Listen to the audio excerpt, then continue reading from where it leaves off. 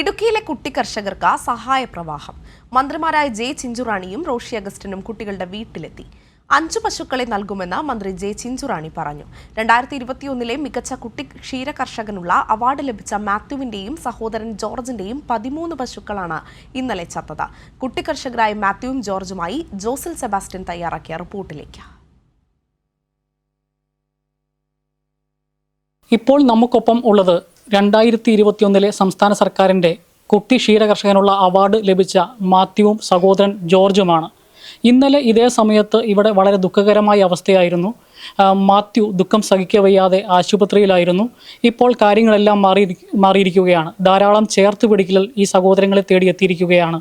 ഇപ്പോൾ ഉണ്ടായ ഈ മാറ്റത്തെ മാത്യുവും ജോർജും എങ്ങനെയാണ് കാണുന്നത്? നല്ലൊരു സഹകരണമായി എല്ലാവരും ചെയ്തത്. ഇന്ന് വൈകുന്നേരം PJ സാറിന് പശു വരും എന്നറിയാൻ പറ്റി. രാവിലെ തന്നെ മന്ത്രിമാർ 2 പേർ നിങ്ങളെ തേടിയെത്തിയിരുന്നു.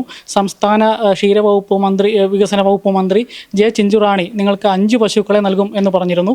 അതുപോലെ 1 മാസത്തെ കാലിത്തീറ്റ സൗജന്യമായി നൽകുമെന്ന് പറഞ്ഞിട്ടുണ്ട്. അങ്ങനെ ധാരാളം ചേർത്ത് പിടിക്കൽ സംസ്ഥാന സർക്കാരിൻ്റെ ഭാഗത്തുനിന്ന് ഉണ്ടാകുന്നുണ്ട്. എങ്ങനെ ഇത്തരം സഹായങ്ങളെ നോക്കിക്കാണും? അപ്പോൾ ഒരു പശുവുള്ളൂ, 8 പശുക്കളുണ്ടായിരുന്നു, അതിൽ 7 എണ്ണം പോയി. അപ്പം ഇതിനിപ്പോൾ ചെനയുണ്ട്. അപ്പം അതുകൊണ്ട് കറവ നിർത്തിയേക്കുവാണ്. അപ്പം നമുക്കിനി വേറെ മുന്നോട്ട് പോകാനുള്ള വേറെ മാർഗ്ഗമൊന്നുമില്ല. കറവ ഉണ്ടായിരുന്നുള്ള പശുക്കൾ മൊത്തം ചത്തും പോയി. അപ്പം അവരിങ്ങനെ പശുക്കളെ മിനിസ്റ്ററും പിന്നെ MLA ഇങ്ങനെ പശുവിനെ തരാമെന്ന് പറഞ്ഞപ്പോൾ ഞങ്ങൾ വളരെ ഉപകാരമാണ്. കാരണം ഇപ്പം ഞങ്ങൾക്ക് ആ പശുവിലൂടെ ഞങ്ങൾക്കിനി മുന്നോട്ട് പോകാൻ ഞങ്ങൾക്ക് സാധിക്കും എന്ന് പ്രതീക്ഷയുണ്ട്.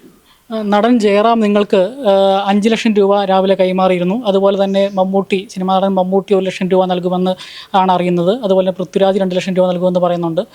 അങ്ങനെ പലതരത്തിലുള്ള ചേർത്ത് പിടിക്കലുകൾ നിങ്ങൾക്ക് ഉണ്ടായിക്കൊണ്ടിരിക്കുകയാണ്. ഇപ്പോൾ വളരെ ആശ്വാസം തോന്നുന്നുണ്ടോ? തീർച്ചയായും വളരെ ആശ്വാസം തോന്നുന്നു. കാരണം ഇപ്പം ഈ തൊഴുത്ത് നിൽക്കുന്ന നല്ല കടത്തിലാണ്. ഏകദേശം 4 ലക്ഷം രൂപ 3-4 ലക്ഷം രൂപയോളം കടത്തിലാണ് ഈ തൊഴുത്തിപ്പോൾ ഉള്ളത്.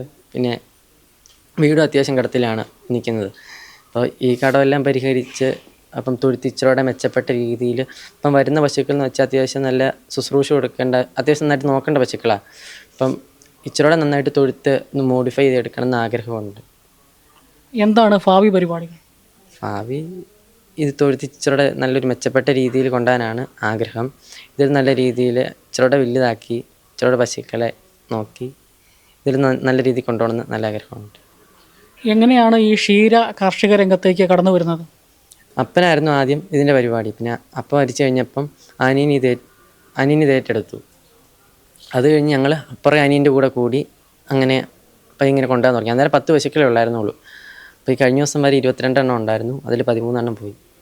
സഹജീവിയുടെ കണ്ണുനീര് വീണാൽ ഓടിയെത്തുന്ന, ചേർത്ത് പിടിക്കുന്ന, ലോകത്തിനു മുമ്പിൽ പലതവണ നമ്മൾ കാണിച്ചു കൊടുത്ത കേരള മോഡലിന് ഒരു വട്ടം കൂടി സാക്ഷ്യം പറയുകയാണ് ഇടുക്കി വെള്ളിയാമറ്റം സംഭവത്തിലൂടെ. ഇടുക്കി ജില്ലയിലെ വെള്ളിയാമറ്റത്തെ കുട്ടി ക്ഷീര കർഷകരായ മാത്യുവിനും ജോർജിനുമൊപ്പം ജോസിൽ സെബാസ്റ്റ്യൻ, കൈരളി ന്യൂസ്.